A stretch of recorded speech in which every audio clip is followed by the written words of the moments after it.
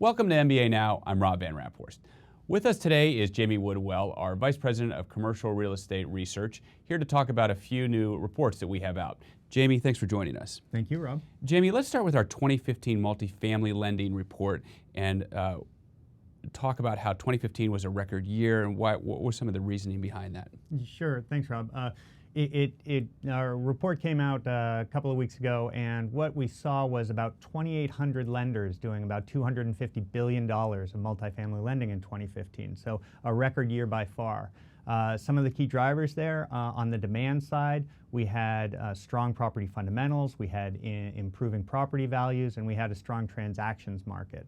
If you look at 2015 versus 2014, we had property incomes up about 6%, we had property prices up about 17%, and property sales transactions up about 34%.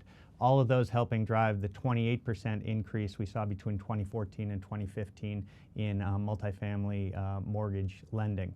On the supply side, we had banks, we had GSEs, and we had life companies all doing record amounts of multifamily lending in 2015. So that obviously helped push those totals up as well. Now, we also have our first look at commercial multifamily originations for third quarter of 2016. I know that commercial mortgage-backed securities were down to begin. Will that trend continue? Right. So at the beginning of the year, folks were expecting about 110 billion of CMBS issuance in 2016. As the year started off on a very sort of slow pace because of capital markets disruptions spilling over into the CMBS market, we saw those expectations dropping to 55 billion. In the third quarter, we did see CMBS picking up. So year-to-date originations through the third quarter for CMBS were down 20% from 2015, but again, picking up as the year went along.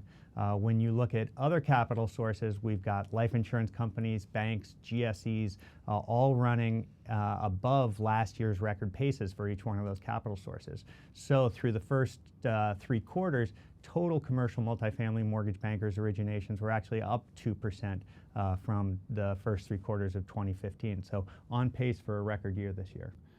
So for 2017 and 2018, what are we seeing? Great question. And when we look at 2017, 2018, what we're expecting is the momentum that we've got coming towards the end of 2016 is going to continue. As mentioned before, we've got strong property fundamentals, we've had increasing property values. All of that has been helping to drive transaction activity, which then drives commercial real estate financing demand. On the supply side, we're expecting capital sources to remain active. Commercial mortgages continue to be a very great asset for lenders. And so we are expecting to see probably not the same growth rates that we've been seeing, but continued strong markets in commercial real estate finance. That's fascinating analysis. We're going to leave it there for now, but thanks for stopping by and going through some of the things with us. Thank you, Rob. Thanks. Be sure to follow us on Twitter at MBA Mortgage, or check out Mortgage Bankers Association on Facebook and Instagram.